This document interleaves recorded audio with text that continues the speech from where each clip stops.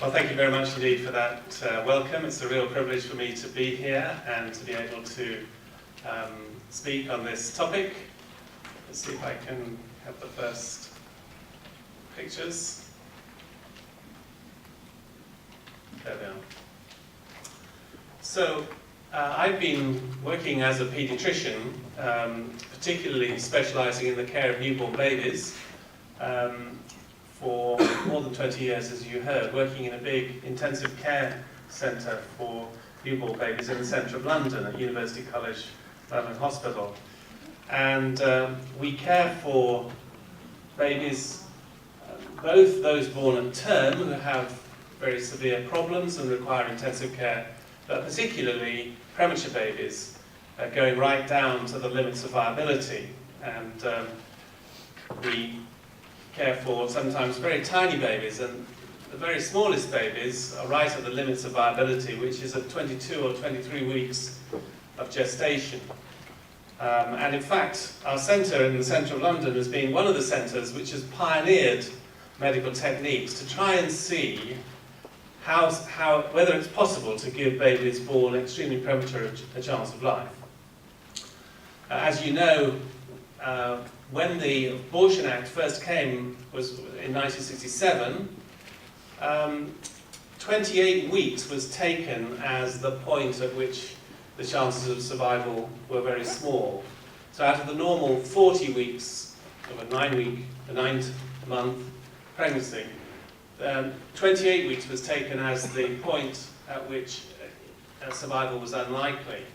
And in fact, the statistics show that in 1967, less than 10% of babies born alive at less than 28 weeks would survive.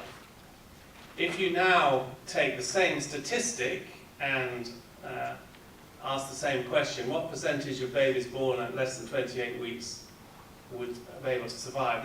In the major centres, such as our centre in UCH, the statistics are between 85 and 90% will survive. So over the 50 years, there's been a complete revolution in the care of these tiny babies. And there isn't any one big breakthrough. In fact, it's been an incremental advances, lots and lots of different ways of caring for these little babies. And that's been my privilege to be involved in some of that work, in researching, understanding what the problems are with being born very premature, and then how we can use advancing technology to keep very tiny babies alive. And it's now possible for babies extremely small, right down to below 24 weeks to survive. And in fact, the smallest baby that I ever cared for who survived was born at 21 weeks and 6 days, who survived. And babies like that literally weigh 500 grams, or just about a pound in weight, and the baby can literally fit in the palm of your hand. There seems to be a biological barrier at about 21 or 22 weeks of gestation, which is really to do with the nature of the lungs. Before that gestational age, the lungs are effectively solid. They don't have any ways of holding air or oxygen, and therefore it's not possible to keep them alive using conventional techniques of life support systems. But above 22 weeks, this kind of medicine has been really remarkably successful, and we have invested a great deal of resources in trying to keep these tiny babies alive. It's a very technological and sophisticated kind of a medicine. We use a lot of technology, and this is a picture taken some years ago, and when I show it, I usually say one of the problems in a baby intensive care unit is trying to find the patient. So in the middle there is actually a baby, and this is the baby's head there, and this is the baby's body. Everything else is the technology which is keeping the baby alive. And actually that's my hand, and the hand of one of the babies on the baby unit.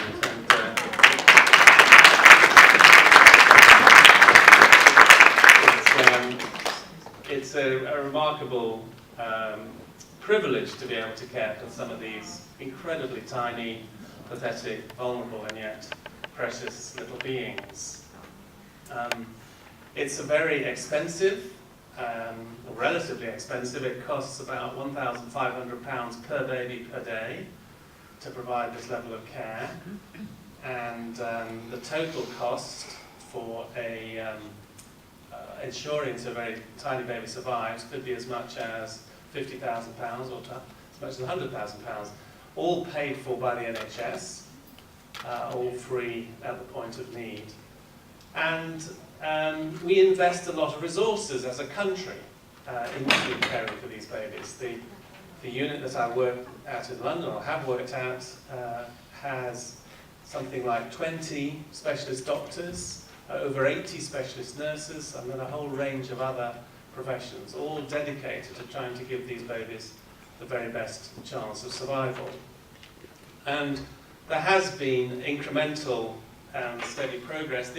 These are statistics taken from the entire country and showing the survival at the different gestational ages. As you know, at the moment, 24 weeks is the cutoff for abortion under so-called social grounds. And in fact, in our unit, survival now at 23 weeks is approaching 50% of babies who are born alive. So there has been and continues to be a steady and incremental progress in the survival of babies at 23 weeks and occasionally 22 weeks. But this kind of medicine raises all kinds of challenges and issues, and one of the challenges is whether we should be attempting to give every baby a chance of life, or whether there's a point at which we should say enough is enough. Just because we have the technology able to keep babies alive, should we do this in every case? And one of the challenges is to do with brain injury.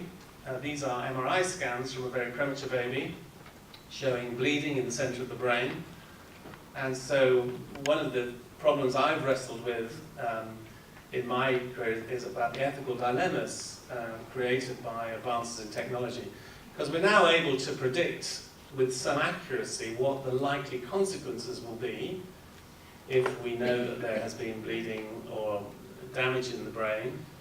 And the question then comes is it ever right to switch off the life support machine? And these are challenging and difficult questions, and ones which I've wrestled with for many years as somebody actually having responsibility to take some of these very difficult decisions. This is a post-mortem specimen of a very preterm baby's brain. If you look at the surface of the brain, you can see that it's very smooth. It doesn't have the normal crinkles, the gyri and the sulci, which is a normal brain will have. In fact, even by the time the baby gets to term, the brain is much more formed. If you're born very prematurely, your brain is still at a very early stage of development. This specimen shows a very large area of bleeding in one side of the brain, which unfortunately is a relatively common and can be minor, but it can be extremely severe problem in premature babies. And we're able to predict that if this child had survived, she would have developed cerebral palsy. And interestingly though, in terms of predicting how the child will do in terms of intellectual ability, it turns out that we're much less good at being able to predict. And the reason for this is that the brain at this stage of life has a remarkable ability to rewire itself. And so even though a large area of the brain on one side has been damaged, it seems that in many cases the intact brain on the other side of the half of the brain is able to take on the function of the damaged areas. And in fact, I've been involved in a long-term follow-up study, following up premature babies who survived and seeing what kind of problems they had. And to our surprise, some of the children with this kind of damage have done extremely well. In fact, some of them have been able to go to university and do remarkably well. And we assume that this is because the undamaged brain has been able to rewire itself and take over the function of the damaged areas. But sadly, this doesn't happen in every case. In some cases, babies do seem to, the child may have very severe difficulties and learning difficulties or some other kind of problems. So this is a very active area of research at the moment, trying to understand how the brain is capable of rewiring and whether it's possible medically to find ways of encouraging this process in order to give every child the very best. I meant to say that going back to those very small babies, I happened to hear yesterday that a baby that I cared for some years ago was born at 23 weeks of gestation and weighed 500 grams, that she's just got 3 A's in her A-levels and is going to university. Very rewarding and encouraging outcome. So, of course, every life is valuable, and that means not just babies who do extremely well, but also those who struggle, those who have problems such as cerebral palsy or learning difficulties and so on. And I, as a doctor, believe passionately that every life is unique, every life is precious, every life is valuable. But because a life is valuable, it doesn't mean that we have to give every possible treatment in every possible case, because the treatments that we have to give, and it's particularly true in modern intensive care, are extremely invasive, and they can cause a great deal of distress and suffering and pain. And so, although it's a painful thing to say, I have to say that it is possible for very intensive medical treatment, which is being used to no benefit, to turn it into even a form of child abuse, a form of damaging children. And so one of my great concerns as a doctor is trying to work out when the treatment is beneficial, when it's bringing benefit, and when it's actually doing harm. And the way to, as we try and wrestle with some of these very difficult, and I'm certainly not arguing that this is an easy process, but it's important to try to understand how doctors wrestle with these problems, is that what we have to do is we try to balance the benefits and the burdens and risks that any treatment can bring. So on the one hand, medical treatments can do good things. It's intended to help children to survive, to bring life and also function and combat diseases and so on. This is all good things that medical treatments can bring. But at the same time, every medical treatment carries potential burdens and risks. It can do damage, it can do harm. Now, as long as we're clear that the balance weighs in the benefits, and the right thing to do is to give the baby the very best treatment that's available and do everything we possibly can. But if it comes to the point where actually the treatments that we're giving can't prolong life, that they can't help the child to survive, they can't help the baby to get better, but they are causing distress and pain, then I believe, and I think most other doctors believe, that there comes a point where it's the right thing to say is we have to say enough is enough and stop the treatment. That's not a form of euthanasia. It's a form of good medical care of preventing torture and damage to babies. And so when we try to decide what are the situations as a paediatrician when we should stop that, basically there are two conditions, I believe, where it's right to consider stopping treatment. First of all, if the treatment is futile because the baby is going to die whatever we do, and the child is use a rather quaint phrase, is actively dying. In other words, death is occurring in front of our eyes. The right thing to do then is, I believe, is to stop all treatment and allow death to occur if the baby is dying, rather than going on to the bitter end. And the second is where the balance of the benefits and the burdens, as I've already said, is unbalanced. In other words, the burdens are greater than the benefits. So when we with a heavy heart, as I've had to do in my own medical career, stop medical treatment like that, it's not because we're saying that the life is not valuable, that life is not precious.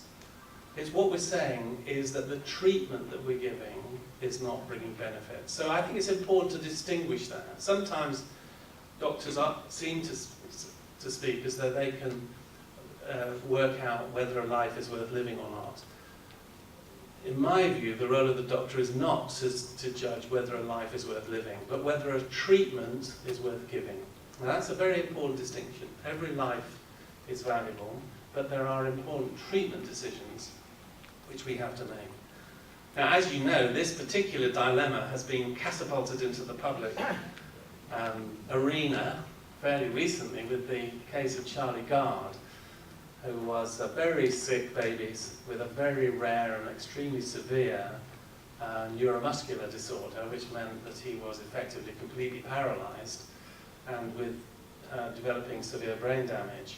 And he was being cared for in a similar kind of intensive care unit to the one that I work at Great Ormond Street Hospital.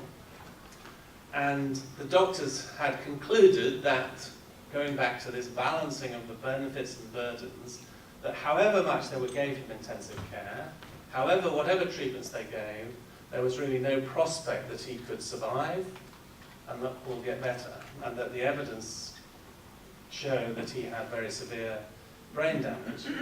But the other particular problem that the doctors were worried about was that because Charlie was so completely paralyzed that he couldn't even blink or have any facial movements or cry or move his arms or legs, there was no way of telling whether he was actually in pain.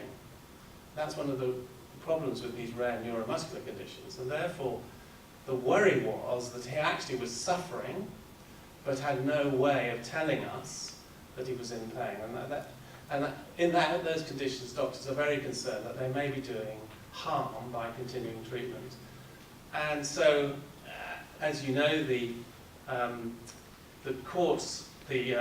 doctors had decided that in Charlie's best interest, the best thing to do was to stop the treatment because it wasn't bringing any benefit, even though they recognised that that meant that Charlie would die. And the parents were unable to accept this, and they insisted that every possible treatment was given, and there was a complete deadlock between the parents and the doctors. And actually, I'm glad to say that is really fairly unusual for there to be that kind of deadlock. In most cases that I've been involved with careful discussion and honesty and openness, it's usually possible to find an agreement between the doctors and the parents on what is the right thing to do. And it's only in cases, these rare cases, where there's a complete deadlock between the doctors and the parents, that it's necessary to go to the courts. But the law of the land is that if there is no agreement between doctors and parents, then ultimately the judges, the court, must decide, and the test is what is in Charlie's best interest. It is the best interest of the child. It's not what the best for the doctors, it's not the best for the health service, it's not the best for the parents, it's what is the best for the baby that the court is instructed to decide.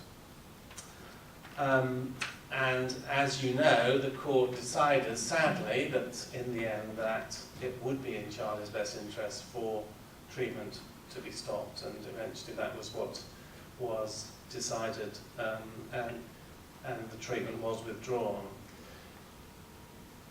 I think that the case of Charlie Gard was a very sad one because there was a complete breakdown in trust between the parents and the health professionals, and in my experience that's something that I've tried to work very hard to try to avoid, there being that kind of breakdown, and that rather than to have it as a sort of antagonistic relationship, that what we want to have it is a relationship of collaboration, that parents and doctors are working together. And I've tried to promote the idea of an expert-expert relationship. So as we're trying to develop a relationship with parents, well, we as the health professionals are supposed to be the experts when it comes to the diagnosis of what's wrong with the baby, in terms of the treatment options, in terms of the prognosis, the likely future outcome. But parents are experts too.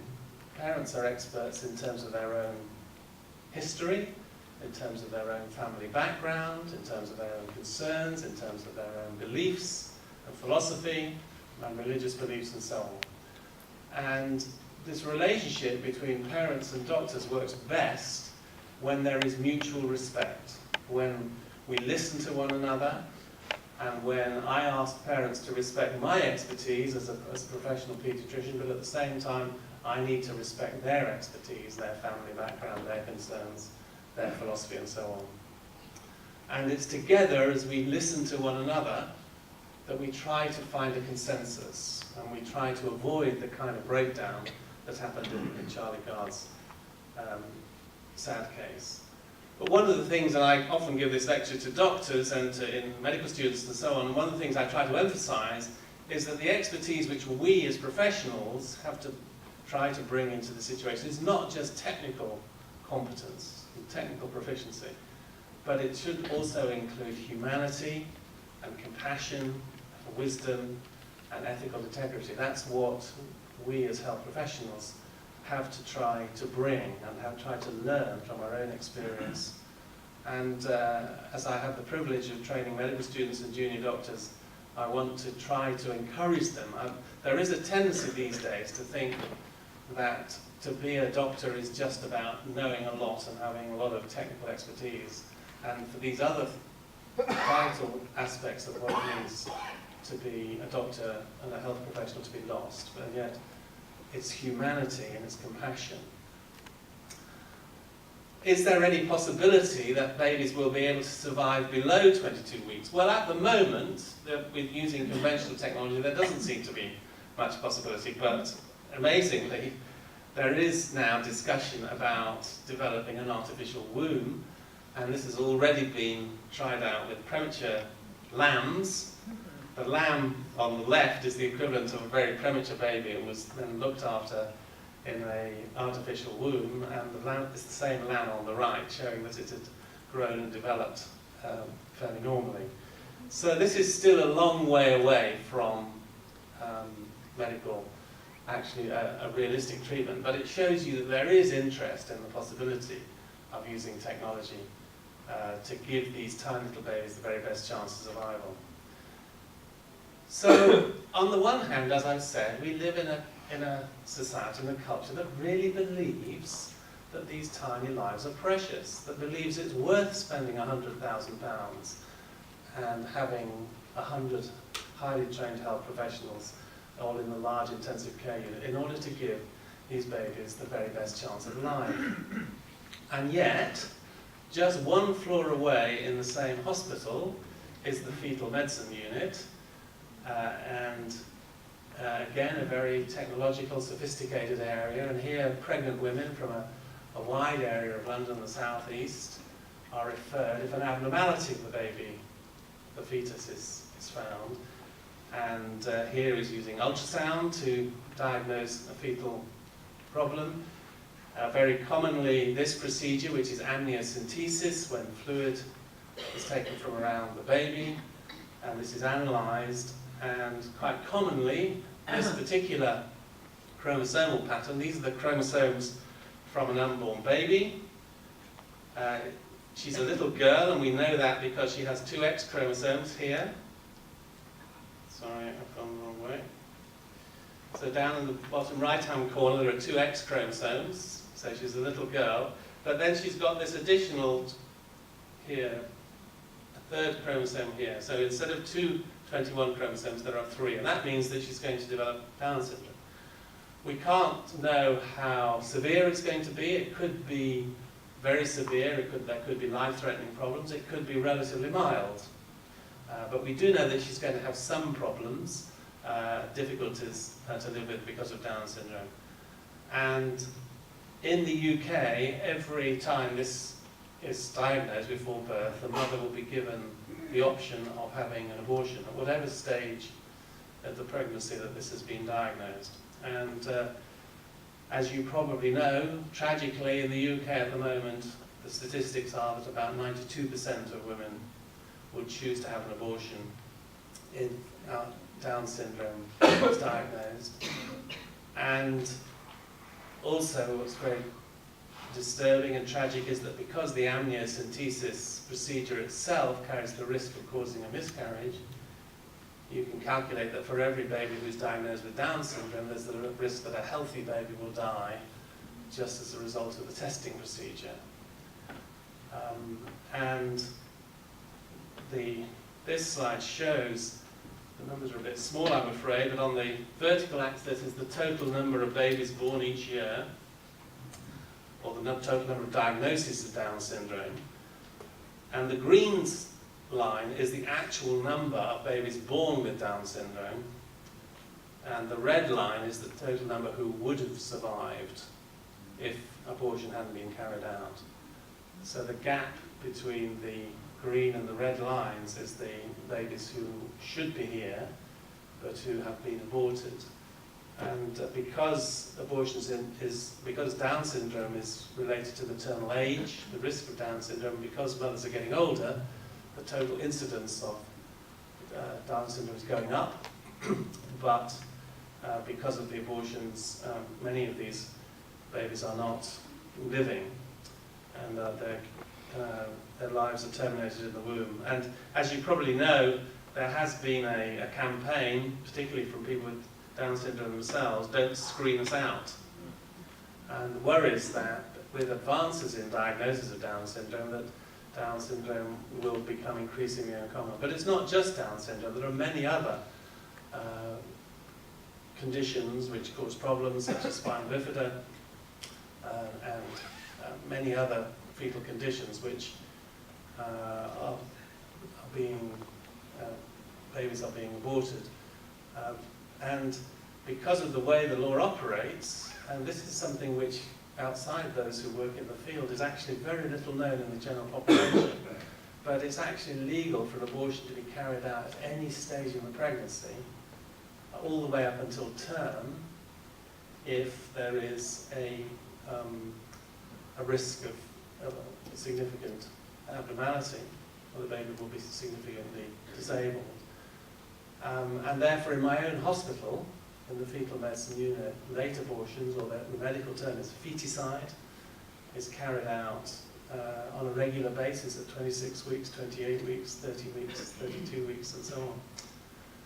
And on many occasions in my own medical career, I have been called up away from the neonatal intensive care unit where we're struggling to save a baby maybe at 23 weeks, 24 weeks, many babies like that, to go up one floor to the fetal medicine unit to speak to a mother who is considering having an abortion because a fetal abnormality has been diagnosed, but she's asked if she could speak to a paediatrician.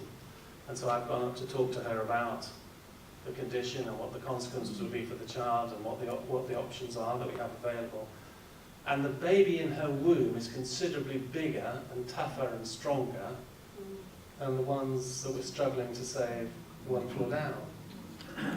And then you say, how is it possible in one hospital and in one NHS for these totally contradictory activities to be going on?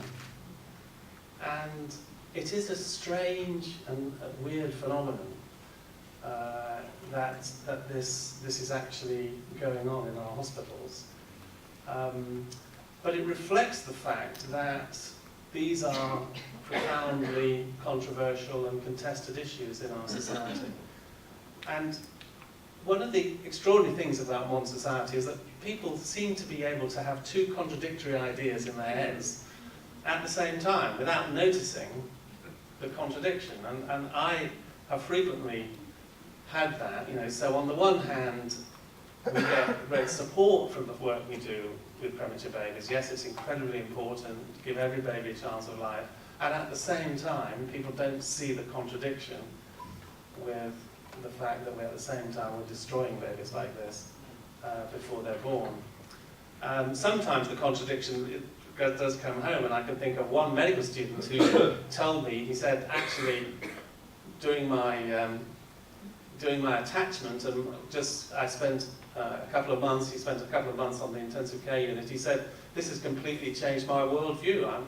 I've decided I'm against abortion because of what I've seen is going on here. So actually just seeing with your eyes what it means to be born at 24 weeks, what a baby like, and see that baby struggling for life, and to see how precious and significant these lives are, is one of the factors that can actually change people's views. The whole fetal screening issue, though, is a very live issue, and unfortunately, the NHS has developed a nationwide fetal screening program, which is, for most conditions, to put it bluntly, a search and destroy mission. It is seeking to identify abnormal babies before birth, and then to give parents, quotes, the option of an abortion. And the interesting thing is that this has never been subject to any democratic debate. There's never been any discussion really about, as in the population as a whole, is this something that we feel that we ought to be doing? Is Down syndrome such a terrible, evil, destructive condition that we should be screening for this, for every pregnant lady should be offered this? Why are we doing this? Why have we selected Down syndrome? Why have we selected spina bifida as being something that is such a terrible condition that we should try to eradicate this condition from the population? So I think there are real questions about democracy and democratic debate. And one of the things I think is important is to say that we need to have a discussion in the country as a whole about these kind of issues and what kind of society we wish to build for the future. The problem is, as technology advances, it's going to get much worse, and that's because there's something called non-invasive prenatal diagnosis, and this is using a phenomenon which happens in any pregnancy, and that is that when a mother is pregnant, small amounts of the baby's DNA, the genetic material, is actually circulating in her bloodstream. This seems to be a completely normal process. And at the moment, this is still largely a research procedure, but it's now coming into being used in the NHS as a way of doing a blood test in early pregnancy and then screening for genetic abnormalities. And because of the power of the technology, it turns out that you can actually use this technique to get a complete readout of the baby's DNA before birth. So fast forward 5 or 10 years, and someone known to you, or you yourself, are pregnant. Everything seems to be fine. You go along to the clinic. They say, we just have to do a blood test and check the baby's well. So you agree, and then 2 weeks later they say, well, we've got some news for you. You're having a little girl, congratulations, but unfortunately there's a 60 to 70% chance that she's going to develop ovarian or breast cancer before the age of 50, and there's an increased risk of type 2 diabetes and also early onset Alzheimer's disease. Now, do you think it would be responsible for you to bring this baby into the world? Or do you think it would be better to have an abortion? And you can just see how ordinary people who've never thought about anything like this are suddenly catapulted into these profound dilemmas because of technology. And as somebody put it, godlike technology is giving us godlike knowledge. We're getting the kind of knowledge which previously only God himself would know about someone's future. But godlike knowledge leads to godlike responsibility. And how are we going to be responsible for deciding who shall live and who shall die? In fact, I think there's a very strong argument for not having genetic testing at all before birth.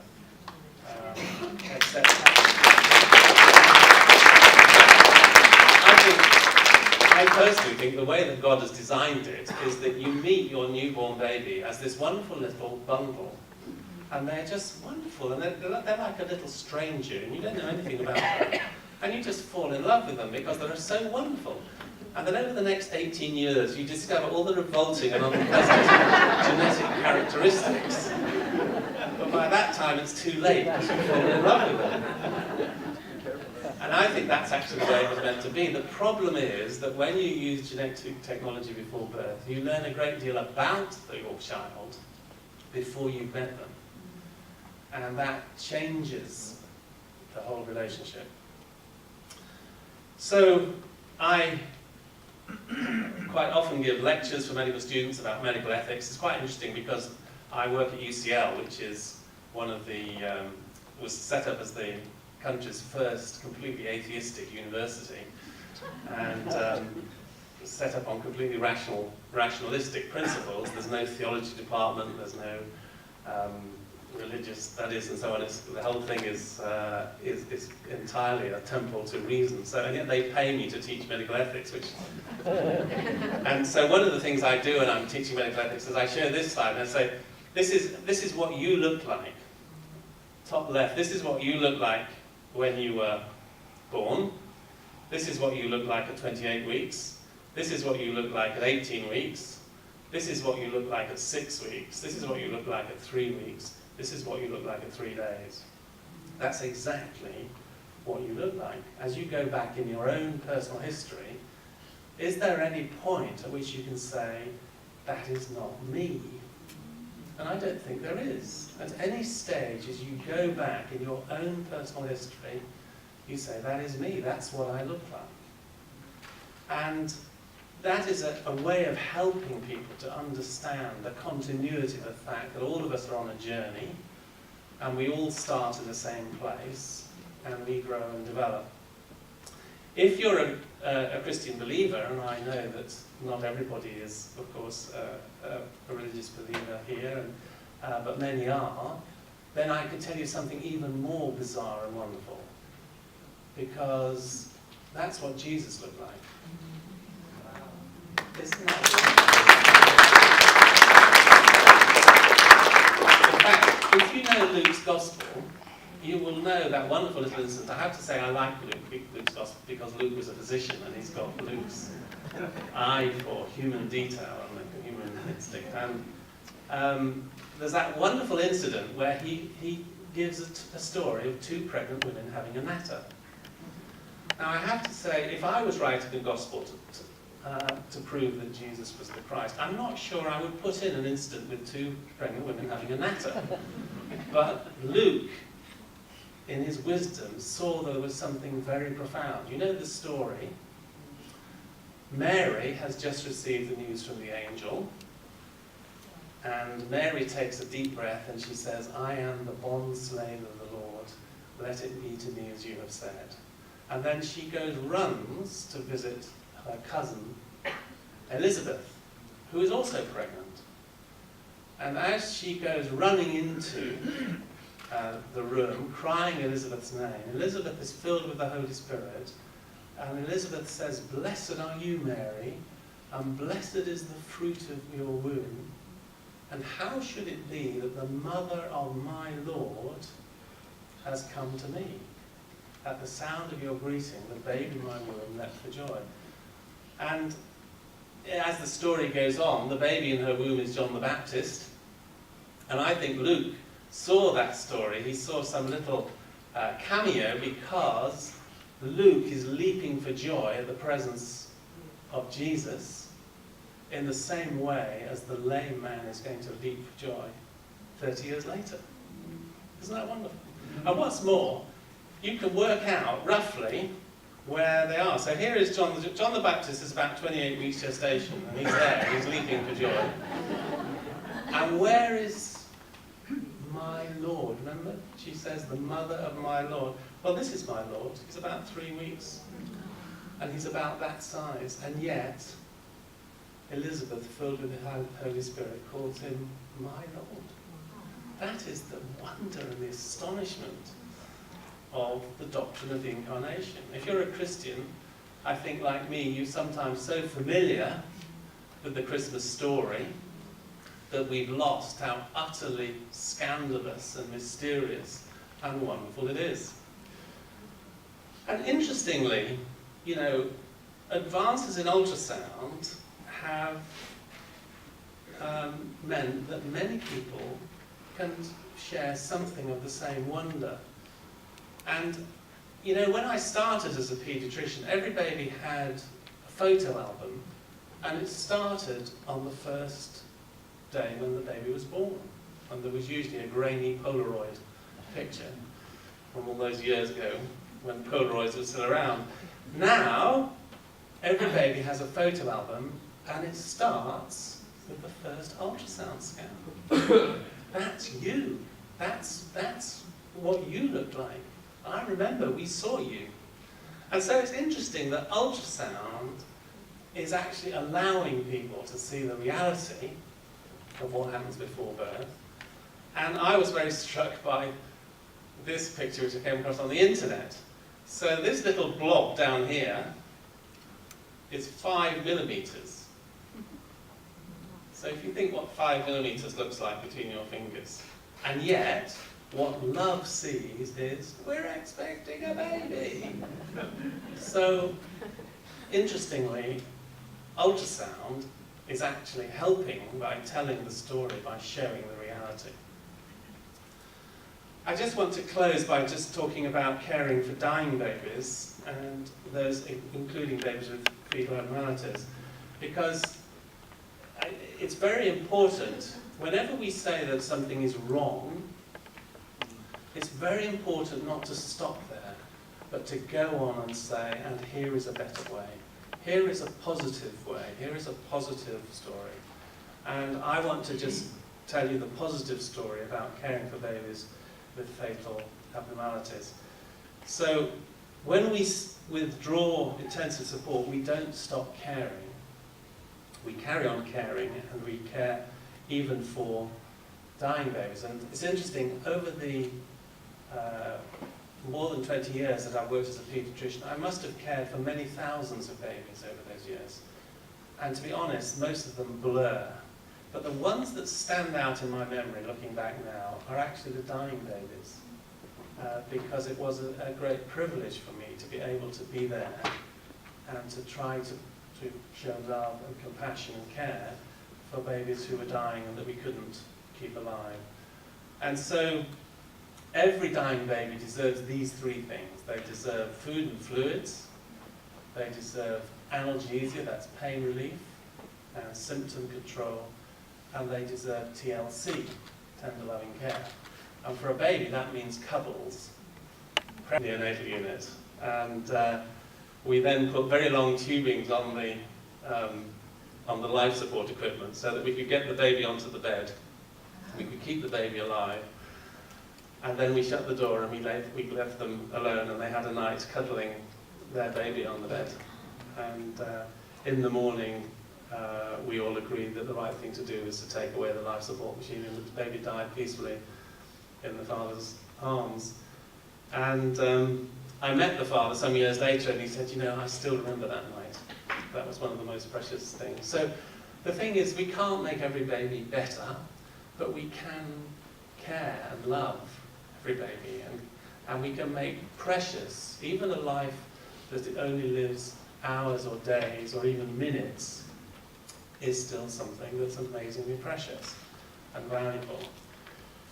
And in fact, what we do, caring for dying babies, is very similar to the way that you care for an older person who's dying of a terminal condition. And so the principles of palliative care, of neonatal palliative care, is something that I feel are very important to people to understand. And our primary goal is to prevent suffering, so we treat painful and unpleasant conditions. We provide basic fluids and nutrition, but we try to give the best chance for the parents to spend as much time as possible with their baby. We don't try not to get in the way, so that however short or long that time is, the parents can have a precious time with their baby. We support the parents and the family as best we can, and our aim is neither to try to prolong life as long as possible, nor is it to try and shorten life.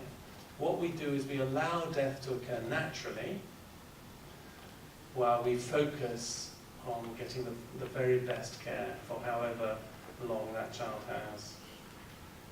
And what has really struck me is the difference between when a lethal or sometimes called a fatal abnormality is detected before birth, the difference between when abortion is carried out versus when the baby is delivered and palliative care is given after birth. And they are really very, very different.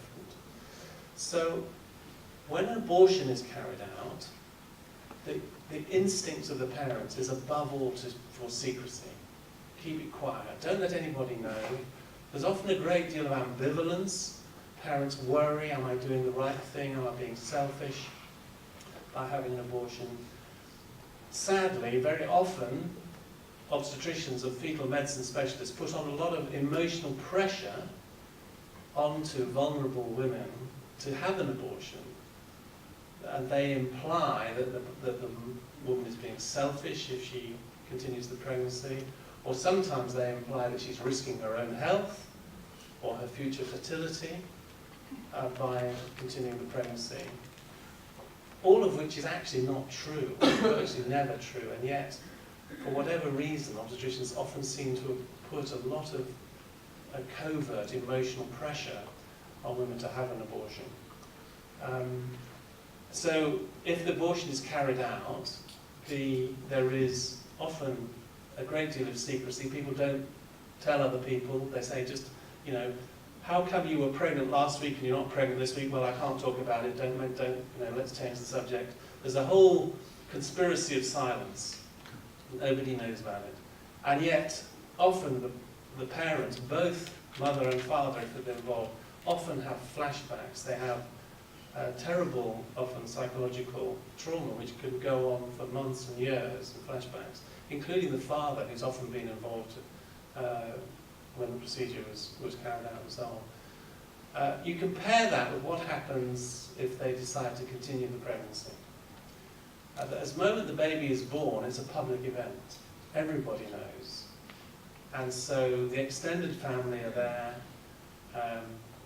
cards, well-wishers, grandparents, everybody else knows.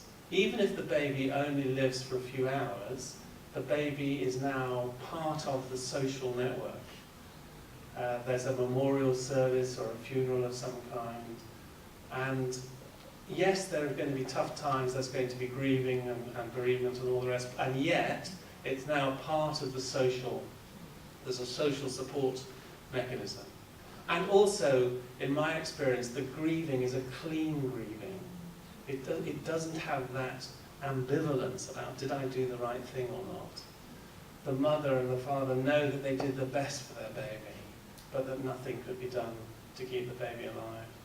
So the difference for me, working as a paediatrician in this area, is just like night and day. It's not just that I believe that abortion is wrong, which I do. I believe it's wrong, but also it is so transparently obvious that this is a better solution, that giving caring rather than killing is a so much better and a humane and a compassionate and a loving option. So just finally to mention that we started a interdenominational Christian service for all the babies who died in our baby unit, and we invited everybody whose baby had died, and we had a lot of, often would have 50, 60, 70, 80 people would come to this service, which was held every year. We asked people to write down the name of the baby who died. Some parents were writing down several cards with all the names of the babies that they'd lost, and then at the end of the service the siblings who are there bring the cards with the names on, and there's a simple act of commitment of these names to God. And it's been a very weepy, moving, but very significant service, because it shows that these little lives are precious, that they're valuable, that we haven't forgotten, and that we continue to celebrate them. This was a little baby with trisomy 18. This is a so-called lethal fetal abnormality. Actually, we no longer use that term in medicine because we've realized that saying that something is lethal is a self-fulfilling prophecy. It's lethal if you don't do anything about it. If you treat it, then many of these conditions, it turns out that babies can survive weeks, months, or years. So we don't use that term, a lethal fetal abnormality, or a fatal abnormality. We talk about a life-limiting abnormality. And this little baby had Edwards syndrome, which is a rare and usually fatal condition. But actually, little baby Christopher survived, and he lived for several months. In fact, he lived for 7 or 8 months, where Alan and Verity, his parents, who were friends of ours, they used to bring him along to the church I go to in central London, All Souls Church, where he became like a mini celebrity. And little baby Christopher, who was all of 5 pounds, was, everybody wanted to have a cuddle. Everybody knew about him. He was the smallest member of the church family. And everybody wanted to have a cuddle. And he used to get passed from arm to arm. He was a very placid, little, quiet little baby. And he lived for 7 months, and then he got weaker and weaker, and he passed away quite peacefully at home. And when he died, he was still 5 pounds. And a memorial service was held for baby Christopher, and over 400 people turned up to pay tribute to this little life. And one of Alan and Verity's friends said, you know, Christopher couldn't grow, but he helped other people to grow. And that was true.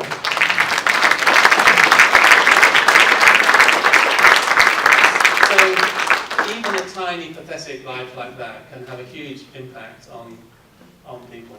And you know, something I've noticed is that when I quite often talk about baby Christopher, and I talk about him including at secular conferences on medical ethics, and I've discovered that all my arguments about disability and abortion and so on often don't make very much headway, but I can make even cynical professors of medical ethics have a tear in their eye when I tell the story of baby Christopher, because it's a human story. It's a story that makes sense at a deep level. So someone who is a cynical secular ethicist, they would say it doesn't make any sense at all on a rational basis, but it makes sense on a human basis, because every life is precious. I close with this. Love is a way of saying to a person, it's good that you exist. It's good that you're in the world. I'm afraid that abortion and euthanasia says exactly the opposite. It's bad that you exist. It'd be much better for the world if you didn't exist.